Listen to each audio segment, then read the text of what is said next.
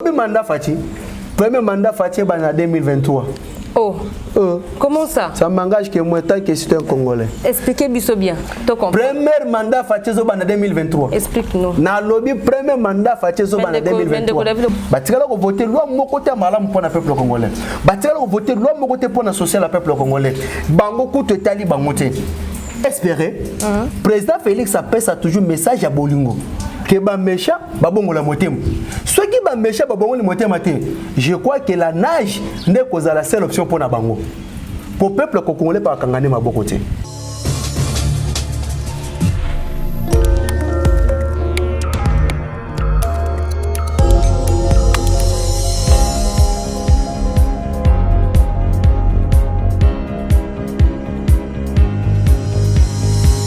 Bienvenue sur le plateau de Mawali Télévision, mesdames et messieurs, bonjour et bonsoir, ça dépend de l'ère à laquelle vous allez tomber dans votre émission Vérité Plus Plus, émission Nabino Bolinga Kamingi, où on a votre humble servante Sarah Nyama Bouna présente à Capone Nabino, et n'a pas merci na bande connu, sur vous allez continuer à s'abonner à la chaîne Mawali Télévision, et n'a pas merci beaucoup pour la fidélité, et bonjour mesdames et messieurs, aujourd'hui dans ce plateau, je suis avec un invité spécial, le lieu ça s'appelle sur ce que on a émission au poteau sur l'actualité où je m'accamle sur les canakati en boka na biso ya République démocratique du Congo. Je suis avec monsieur David Ditunga. Monsieur David, bonjour et bienvenue. Bon, qui m'ezali? OK. Makamuto est très bien, sauf que ce que tout le peuple, le peuple en Angola, parce que le peuple reste souverain, maître du jeu. Voilà, au bon mais c'est David Osepela qui va mettre sur ce qu'on a le na plateau na biso ya Vérité Plus Plus ça tombe un peu ko solo la lisusu na yo concernant actualité makamno sezo les kanakati ya mboka na biso ya République démocratique du Congo pour ne pas encore brûler les étapes tombe un peu ko zonga tombe tanon le solo ya fête de l'indépendance tout ko fêter 60 ans il y a indépendance na kati ya République démocratique du Congo et bon ce qui est total évolution ya mboka zo qui est vraiment malamu mingi te tout ce qui total ba condition tout ce que les canaba dictature tout ce que les canaba coup d'état tout ce que les canaba élection tout les canaba alternance pacifique et tant que yo mon mboka le son ko tirer pendant 60 ans de l'indépendance. Oui, merci beaucoup na mutuno tuni eza question pertinente. Ndengo betili solo ya indépendance ya mboka na biso. Oui. Oyebi lo lenge kani esengela ki ete bato bakufa va tomber ba martyr pourvu que Congo est comme indépendant. To comme lelo kozala souverain. C'est-à-dire to za sous na dictateur. En plus, oyebi lo lenge kani mboka ezala ki diriger na ndengo ti déjà ko prélever ba étape. Il y a dictature. Et je crois que maintenant, le peuple congolais, le monde entier, va aller couper sa raison. Et puis couper sa merci na IDPS. Ou à banda qui qualité 37 ans dans l'opposition. Et rien que pour l'intérêt. Il y a le peuple congolais. Et le peuple congolais va aller palper du doigt. Avec la bonne volonté politique et avec la bonne gouvernance. Il y a le président Félix Antoine Tshilombo Tshisekedi. Wazala qui privé n'a pas droit naie parce que zala qui n'a pas article mususu na carte de constitution ou est-ce que le peuple a mérité yango mais zala qui privé abanda qui ko tomber victime par exemple la gratuité de l'enseignement article 43 caution mboka na biso oyo ba mususu ba ke non na régime na bango que gratuité bandaka déjà comme si bakabolaka déjà constitution c'est-à-dire qu'il y a une partie il y a ba congolais ba bénéficier de la gratuité mais le président Félix à toi tu me de rendre un officiel na Congo mobimba depuis Tobotama to tigala ko bénéficier en moté mais avec le président Félix Antoine Tshisekedi gratuité et enseignement to monango causal effective ni tété Covid-19 je crois que to ngato briller déjà ba étape mususu côté même ya santé donc c'est-à-dire que makambo ngeza la déjà très kitoko mais je crois que le col na nunza bazu molimo na bisoté to ko palper du doigt parce que IDPS est au pouvoir abat la dictature, la démocratie ils allaient assurer toute personne est libre de s'exprimer pour que les alaki que nous to vandi boy surtout que boy pas birode au vandi boy to surtout que boy aner basanin balokoti destination inconnue mais le lot avec président Félix il a la liberté d'expression le lot congolais azali ko jouer na ba droit na ye OK na moment dictature azaki privé na yango. Monsieur David, merci beaucoup pour na yanonayo ma totikala na nukaka na makambo lobi na bimisi mo ba sous question wana et bon au lobby car il y a gratuité. Mais ce total vie à Congolais, social na biso, apparemment ça marche pas. Social, ils ont tellement ma bé ma casse. Ce l'émission au dollar est comme une vente. Est-ce que tu es informé? Merci beaucoup, Maman Sarah. Moi, je dois vous dire ceci. Mboka Congo, au Bazali Kobuma, Mboka Toko détruit, ce sont toujours les Congolais Bangomoko. Parce que nakoki ko rappelons muke Etienne Tshisekedi de reste mémoire alba ke mboka ezako kufa na Kimoyibi. Effectivement au bazali ko buma mboka na Kimoyibi ce sont toujours des Congolais, pas des étrangers. Ba étrangers bazali ko profiter na nzela ba Congolais ba na mboka. Tango lelo zali ko beta lisolo ya kolba ke to ezako mata. Tala na motema mabe na procès il y a 100 jours. Ba ke ko simba même na réserve internationale. Degré mutema mabe ande mwana. Est-ce que wana ezali ko linga peuple? To ezali ko linga ko bomba peuple alaini. Lelo bato yo bazali ministre à finance azali muta FCC. Nani gouverneur à banque azali muta FCC. Mais assemblée nationale ezali. Pourquoi bakoki ko bengisa bangote? Baya ko se justifier pourquoi le lenge kan dollar ezasani ezali komata pourquoi paix et puis na monaka pe lisusu komona madame Janine Mabunda koloba keno ba querelle politique ezali ko faire bénéficier na peuple congolais te pona likambo ya lipa mais premier ministre azamtana ya FCC. Qu'est-ce que madame Janine Mabunda a fait au babesi basa bengi sa premier ministre na carte assemblée nationale pour se justifier makambo zo sala sur le terrain ngakutu na senga déjà que yekuta démissionner parce que depuis premier ministre Mbimbaya to tirala comme na action gouvernement action ya gouvernement ya premier ministre Telo Salamate vaut mieux que non ba individu ba poser ba acte plus que le gouvernement. Alors à quoi sert votre présence na yé? Mais qu'à démissionner sur peut-être à mon que âge naïe na responsabilité ba PC pour na mboka mobimba ya République démocratique du Congo ezali 2 345 km² qui superficie na ezako koka na yete na ka démissionner et ba jeune peut ba talenté bazali ou ba ko sanini ko mériter ko faire souci na peuple congolais nyonso wana ezali bato yo balingi mboka Congo te nyonso wana ezali bato bazo linga te que nos peuple congolais se pela na présence à président Félix na kata pouvoir te pour ba moni que no soki ke ba tike espace c'est normal ba ko mona que no effectivement mokozi na bango nde mutazala ki mabe c'est-à-dire que Joseph Kabila. Alors le col là ba moni que no ndenge ezaboy président Félix bonne gouvernance idée na ye makanisa za nango pour ensemble le peuple congolais bazo ko mo question to tike espace et aussi mbaté ko zala mabe pona biso mais baye ba pe que no peuple congolais par exemple mwana mukete asa yebi déjà que no côté baka les outa wapi peuple aza déjà aux aguets aussi bien peuple nanzela na yo au défier peuple rosimu kenda loba peuple gagne toujours les lots tomona ki maramba ba loi peuple qui a gagné c'est-à-dire OEP et Joël Bosso toute action nyonso au kozala au détriment peuple congolais a s'en charger je pense à Sengela qui ko davina kata o tebino de besoin na pouvoir et le ko mais on est même ko zo vraiment pour na mouvement social mboka na lobby boye nous avons un premier ministre madame Janine Mabunda beta sauver que nos bakay politique ça ko bénéficier na peuple te ba ça bengi sa premier ministre na carte assemblée nationale pour na kosambisa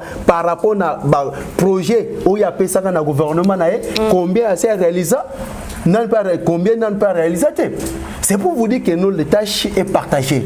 C'est-à-dire que le peuple a n'a pas ya quoi mais responsabilité na yé. Et ça ben abattre que le peuple a tenu bango na quatre institutions pour pas répondre à responsabilité au peuple a dégagé na bango. Tant que le peuple a montré que nous te paye sa responsabilité. Et si mbana ngote tout soit au biso to tineli bango ba missionnaire le député là parce que vous les appelez les honorables, non? Mais les personnes qui devraient être honorées, c'est nous, le peuple. Ils des honorables. Ils sont des missionnaires qui ont une mission, qui ont voté la loi pour l'intérêt. Mais tant que na place que au viser intérêt il y a peuple au comme ko viser intérêt na yo peuple pas relaxer no ngande chef na yo. Merci beaucoup na balandino so bozolanda biso na kati ya émission na bino bolinga kamingi o ngai votre humble servante Sarah Nyamam na présentaka pona bino et bon tozongela mukeli susu ndeko David Ditunga combattant et UDPS ndeko David après 60 ans de l'indépendance Tomoni Awa président de la République Félix Tshisekedi a outi kocha un Kasavubu héros national. Et tant que yo mwana mboka, est-ce que vraiment Kasavubu a mérité qu'on a héros national dans ces pays? Oui, je crois que question Tunisia qui toko. Premier président Nabiso Yamboka, Joseph Kasavubu. Il est congolais à l'époque zaïrois. Mais il est congolais.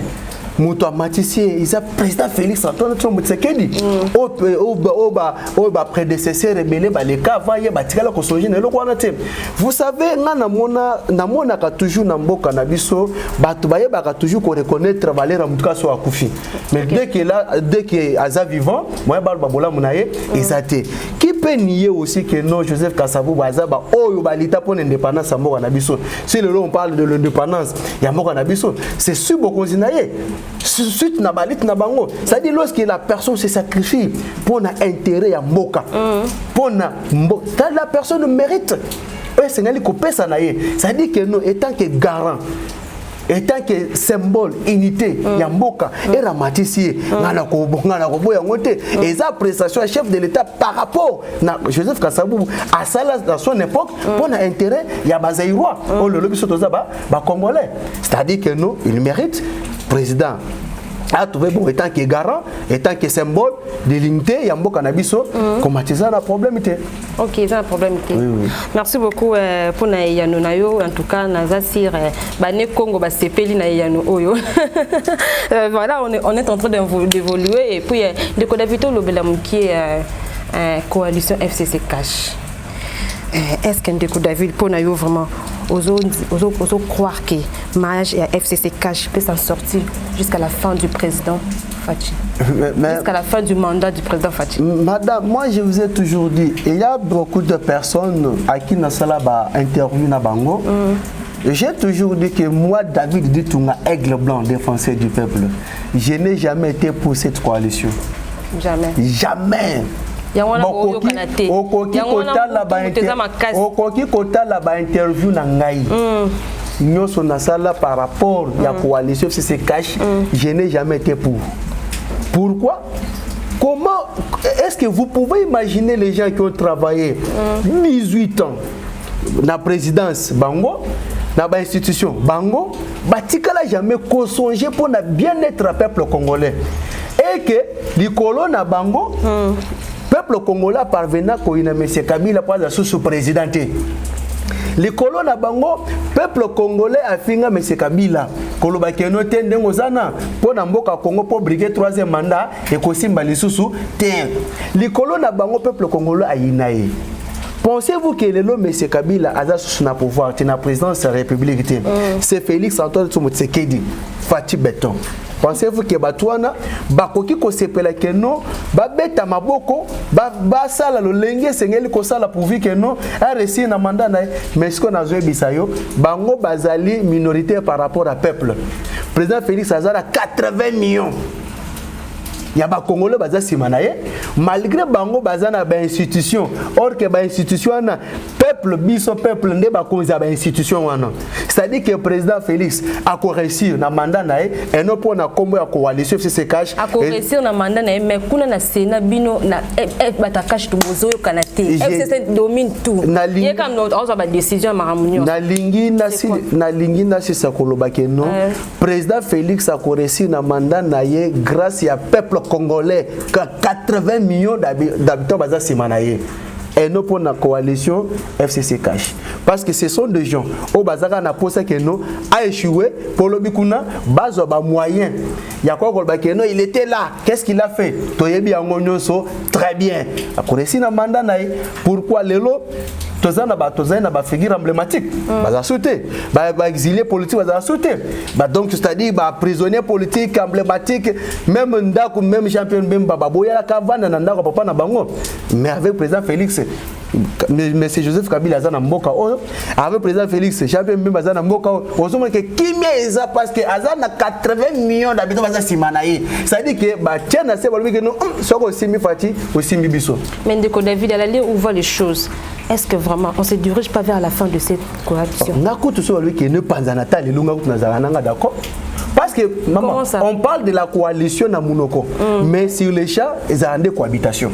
Oh, est-ce que c'est dans la bande de combien? Mais comment on a coupé cet exemple lorsque le président Félix Aloba il y a gratuité de l'enseignement. Tu vois que gratuité de l'enseignement fait la première tina 8e.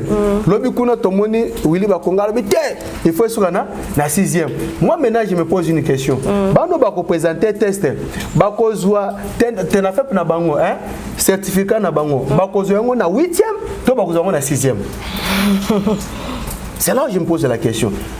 Tous les ministres de la Finance, dollar réseau matin, tous les gouverneurs de la banque, mais ils ont une institution où ils sont mieux placés pour interpeller, pour se justifier, qu'est-ce qui ne va pas dans le secteur. Il n'y a rien du tout. Mais ce qui est qu'il y a IDPS, il y a cash, là, combien de fois il y a déjà économie? Il y a déjà. Mais combien il y a déjà la finance?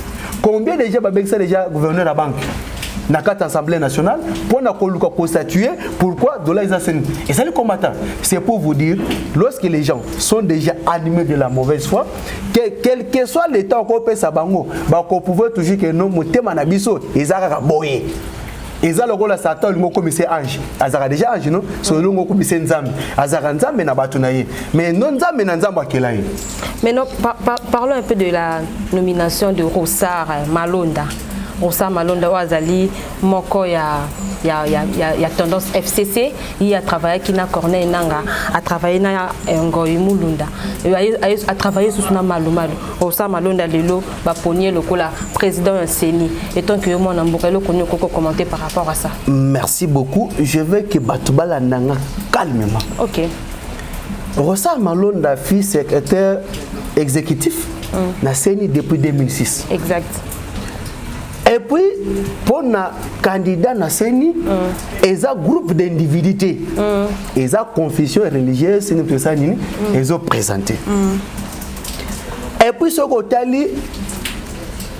il y a un entraînement à Rossard Malonda dans l'Assemblée nationale. Dans la plénière, ils ont qui c'est ordre du jour. Et puis j'ai été étonné, il y a comme Jacques Lwangana ou MLC. À côté, il y a Janine Makuna qui fait passer le coin au moment que nous avons sujet du jour, ils allaient quitter. Or, lorsque Bazali ko présenté, bureau à Seni, et qu'on soit le président, il faut composition mobimba ya bureau ya Seni, ba président tel, vice tel, boye kester. C'est comme ça qu'on doit présenter. Et puis avoir ko benga ancien Seni et ya ko certifier comment basani ba diriger ki yango. Maman likambu ya Rossard Malonda ezaka likambu ya UDPS. Likambu ya Rossard Malonda ezaka likambu ba combattre UDPS. Ezali eloko o etali biso tout peuple congolais. Donc, il y a une divergence politique par rapport à la parti politique, tout ça, à tendance. Mais à ce qui concerne l'avenir de Mboka Nabiso, en tout cas, ils ont dit que Biso, nous sommes tous à la mobiliser, tous à la locale, pour défendre l'intérêt de Mboka. Mécanisme na bango, ils ont dit que nous, on va le cas. Et en 2018, il y a majorité na bango, et qu'ils sont toujours intacts.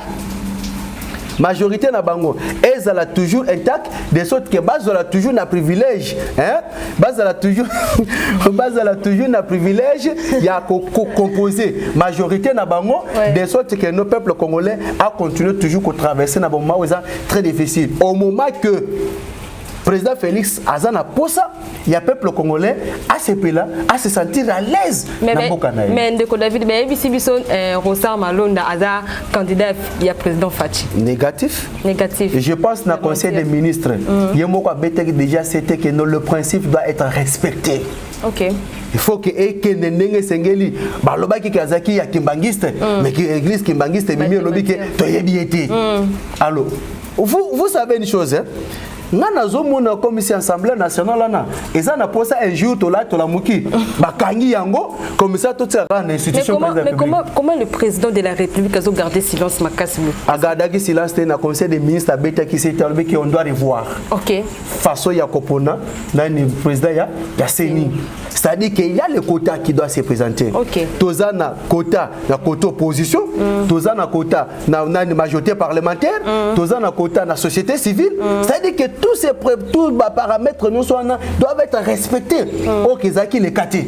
Alors, il y a autre lobby que nous sommes peuple congolais, asa beaucoup plus déterminé pour nous s'opposer à toute tentative. Il y a kolganet kolakisa que bangonde te peuple kolakisa bisonde. Ou bien peut-être ceux qui bango balingité. Je vois que non, n'aginde que la seule option pour na bango.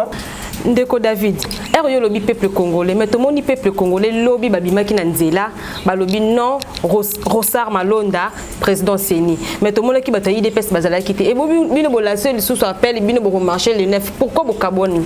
Non. Er lobby peuple congolais fa ki bino bobi makaka lobby pourquoi les lobby batu babimi finalement? Bon, il faut que chaque parti politique ait une organisation. Ils ont une administration, ils ont une activité. L'activité peut dépendre de temps, de jour. C'est-à-dire que les Congolais, ils ont un bateau, ils ont la moukate. Ils ont le peuple congolais. Pour nous, Minako, j'ai été même étonné à Congo, un frère à Congo Brazza. A 6 000 drapeaux à Congo Brazza, mais à quel devant parler du peuple pour nous s'opposer à la proposition de la loi à Minako. C'est pour vous dire que nous, ça regarde tout le monde. Ça veut dire que ceux qui ont monnaie qui sont libres, les lots, pour nous manifester contre Rosar Malonga, tellement que marche et ali garantie par la Constitution, rien n'empêche ma baise en des troubles. Mais marcher pacifiquement, on est pas ça mette. Parce que l'eau, yozo linga, on défie le peuple. Mais nous vous a 300. D'abord, dans la vie pour voir ça Kinshasa. Peuple tona bakino 12 millions. Ozo mona teke no ozo linga oya ko pelis oya naissance otia déjà jusqu'à moto zopela. Maman, comment le président Félix azali ko représenter peuple. Oya pouvoir teke no ke bobazuli ça va méthode.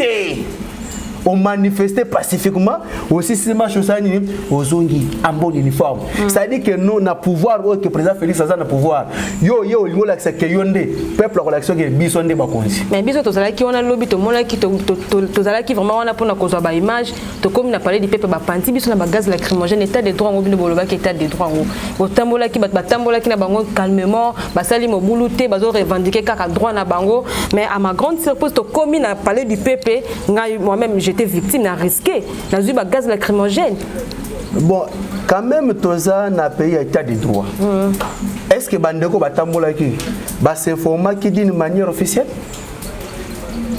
Parce que ceux qui ont bongoté, l'état de droit doit s'imposer. Est-ce que bino er botambola ki makambo ya loi ya mina ko se format qui d'une manière officielle parce que pendant que bino peka na ba gaz lacrymogène. Na ka ya peuple congolais, exactement oser la mutuelle ko sem autorisation pendant. Moi je parle de l'ensemble du peuple congolais. Mais tant yo lobby bato batambola ki aussi té ba parti politique na ba plateforme électorale. To mona ki penda ba bata UDPS, bazala ki pe. Bon nga mona ki bangote. OK. Nga zala ki té, moi pe na pe sa confirmation exacté. Mais tel en a 12 millions.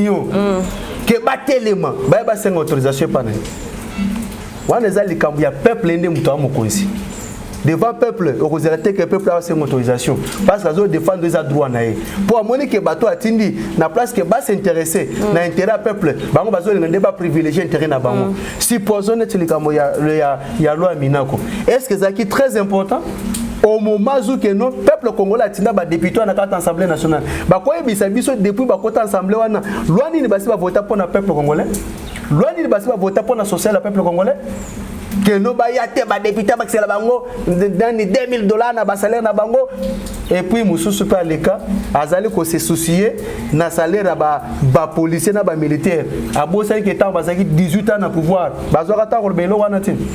Nous sommes en train de faire le peuple congolais Kanda. Nous sommes en train de défier le peuple. C'est-à-dire que le président Félix. Parce que le président Félix était à la peuple. Tant tango zo sala biloko ndingo zo botener ba congolais. OK. Et puis congolais pas côté c'est que non, oui ko botenga ner et ko simbate. OK. Ko mona na nzela na yo. Batikala ko voter loi moko te malamu pour le peuple congolais. Batikala ko voter loi moko te pour la social le peuple congolais. Bango kutu etali bango te. C'est pour vous dire peuple congolais sera siliki asenga permission pas mutu te ezalo ko le balai. Mon numéro, ce que c'est qui invité sur le 50 panan, il y a beaucoup de nzela na ye.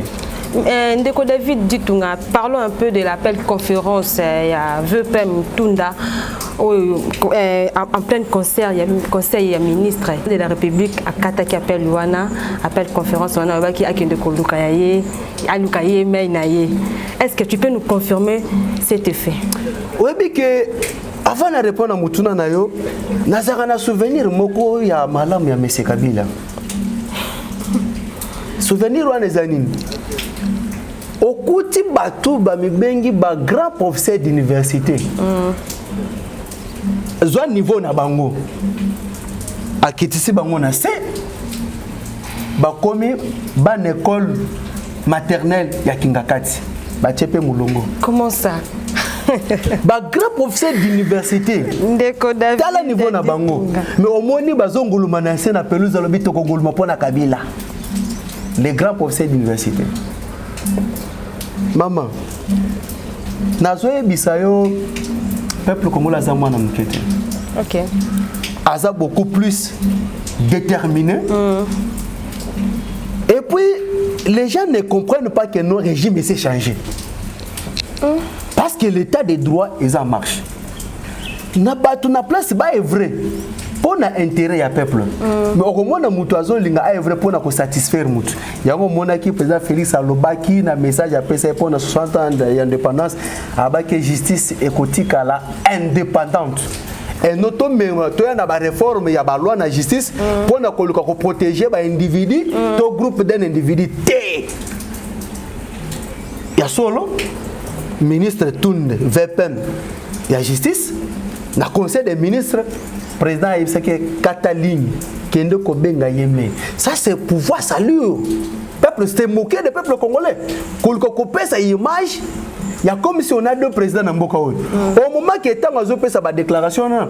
Biso tozo mona monsieur Kabila na Kingakati aza na parler na photo na lipegazo ke nazo kangane bangando ba photo. Lokola bazo na bangozo bazo atina na Kingakati. Lelo science zoologie na bité tina nango bazo pesa la bana na biso eza nini? Au moment que no batanga ka banyama bongo na bangote. Oh. Mais toi qui es nazo kuna mona nyama nyama zakuna. Kurwana ba pesa la ngobana. Ba propos na. OK, vas-y. On habite Kurwana ya zoologie bazo pesa bana pourquoi? Parce qu'il a fallu que nous ba pesi bango ba kepe nazo ba sanini. Président Félix, toi na posa zo izonga.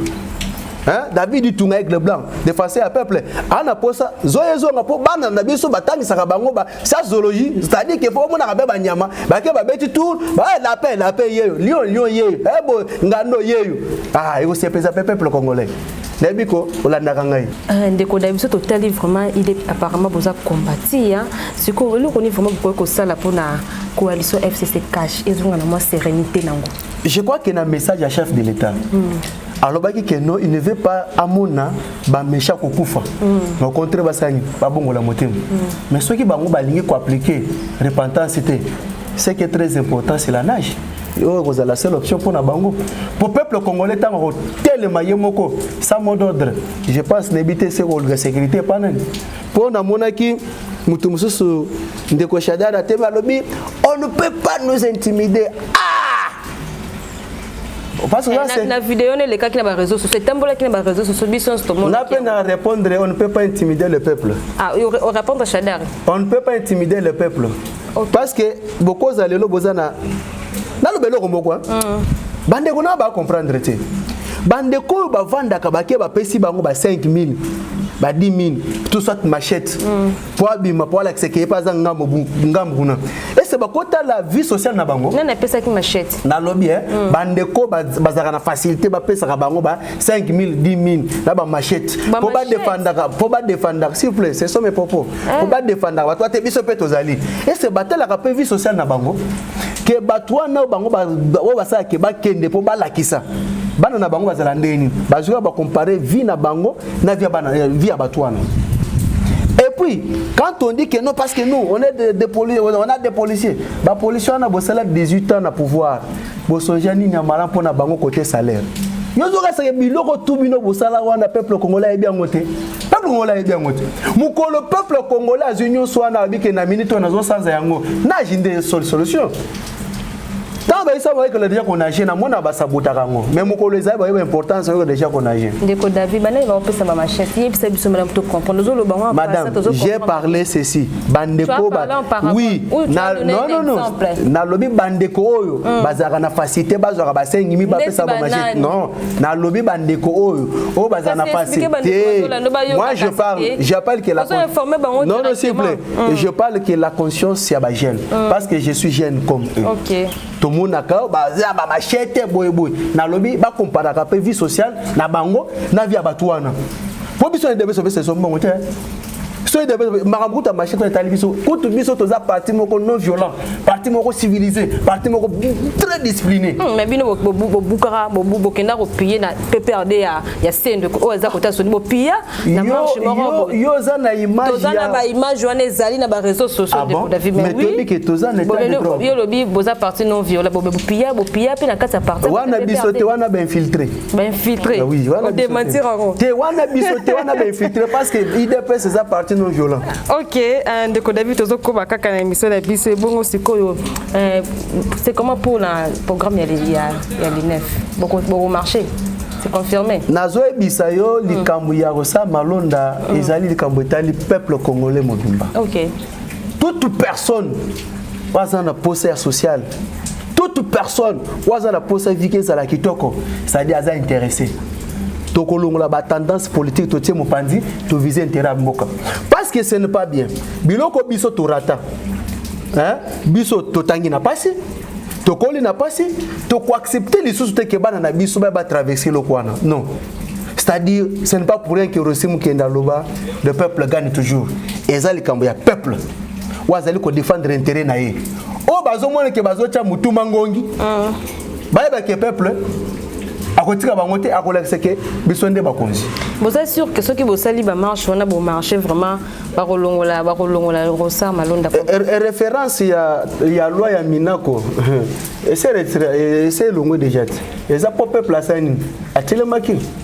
c'est-à-dire que basarana na peuple et si quand moto déjà za kopela ke ba ya naissance au bakisa so okebité na yo mto za naissance yo pokozi. Donc vous êtes sûr que après le marche la nomination. Les chefs souverains restent le peuple. Okay. Autorité morale, il y a FCC cash, c'est le peuple. Mokonzi, président Félix, c'est le peuple. Okay. Au peuple, la relobana président Félix, il y a un sale. Ce qui est non, moi biso na ide, il y a un azara trop fait na parti na wa IDPS. IDPS c'est pas na biso za cadre so ko sale simbité to benani yo. C'est-à-dire que ceux qui président Félix a meki ko dévier au exact de ce peuple pas à côté le mener dans zela na. C'est-à-dire que azawana a ko refléter aza obligé na bibi aza obligé ya ko respecter volonté ya peuple parce que peuple mta voté qui. Ndeko David comme vraiment ko chiter na émission na biso ba congolais ba espérer nini na mandat ya Fachi. Ba congolais ba espérer beto zela rara Martin Fayulu ou beto zela sous Moïse. Merci beaucoup. Ils ont comparé un président avec un député. Alors, Thomas, de comparer député place des Assemblée nationale qui votait la loi, président Azali Pona Mboka, ou Azali ko se soucier pour à tout moment pour bien être un peuple congolais. Alors, on a un que peuple congolais soyez tous déterminés et motivés. Oya kolinga côté le mananzela. Pour piétiner intérêt na biso. Toi là qui sait que non, biso des peuples ne ba konzi. Ba espérer. Président Félix appelle ça toujours message à Bolingo. Que ba méchant ba bongo la motema. Ceux qui ba méchant ba bongo le motema te. Je crois que la nage n'est que la seule option pour na bango. Pour peuple congolais pas kangane maboko te. Nager alors baga déjà que no IDPS au pouvoir timukolo Jésus-Christ sawoya. Oui. Namboka Congo, toko betaka lisolo ya élection te soki IDPS. Et kozaloko la Afrique du Sud ANC. Et kozaloko la MPLA Angola. C'est-à-dire que au lieu IDPS Fati abeti. Obi mandat Fati. Premier mandat Fati en 2023. Oh. Comment ça? Ça m'engage que moi tant que citoyen congolais. Expliquez-moi bien. Premier mandat Fati en 2023. Explique-nous. Na lobby premier mandat Fati en 2023. Tous autres traversé la transition sans M. Kabila.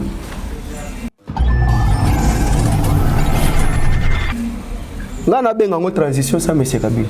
Premier mandat Fati en 2023. Voilà, mesdames et messieurs, donc comme vraiment la souka, il y a émission la biso ya lelo bolinga kamingi on votre humble servante Sarah Nyama pour nous présenter Capona Bino. En tout cas, j'étais très contente de te recevoir aujourd'hui dans mon émission. Na sepeli en tout cas na propos na yo ba peuple congolais ba sepeli na maloba na o lobi ba msupe ba sepeli na ngote donc te peso merci beaucoup et bon mot de la fin nos alignes par rapport à actualité zo le kalambo kanabiso en général. Toza contre candidat Rosa Malonda. Toi na poste justice et l'indépendance. Bateau oyozo mata chaque jour. Tozo senga pa assemblée nationale wana. Et ben il s'appelle ministre de la finance, et ben il s'appelle gouverneur à banque. Pour na retourner au juste c'est quoi? Et ça peut être très important. Peuple congolais peut parce que ni t'étais pour ça 100 jours. Tu as battu un dossier de réserve internationale. Pour le peuple congolais à subir. C'est pour vous dire que le peuple congolais, suite à Marambo, biso tozo nango, muta ko intimider mundinga zate. La police eza ya biso, ya bana mboka. Rôle nango eza pona ko sécuriser peuple na biloko na ye. Armée tozana mapinga ko saganate o tongo butu midi bazola laté pour la défendre le territoire à mboka na biso. Nous devons être unis, marquer nos tendances, marquer nos divergences politiques, mais à ceux qui s'intéressent pour l'intérêt ya biso nous surtout to sangana parce que auto sala lelo eza pour venir là-bas na biso lobby. Numéro nanga téléphone eza plus 243 82 283 22 25 na bandeli plus 243 82 283 22 25 eza numéro WhatsApp nanga. Toute personne oza na posa nanga, je suis bel et bien dispo pour tout cela maitali mboka. Je vois ma maman Waliunga, maman, merci beaucoup à toi et pourquoi pas à mon conseiller privé JC Mambe, merci beaucoup à toi aussi pour la confiance et je dis encore un grand merci à mon caméraman René Kendala. René Kendala, merci beaucoup à toi aussi et je dis encore un grand merci à Montréal Boss Mirador. Merci beaucoup à toi aussi, je dis merci à ma concert Marlène Malela. Je dis encore un grand merci à Bandeko Nyos, en tout cas vous avez vraiment ébélé ceux qui n'aiment pas Bandotanga, Toroko Mati lobby. Donc voilà, donc David, comme vraiment dans ce cas émission, mesdames et messieurs, abonnez-vous massivement ici à Mawali Télévision.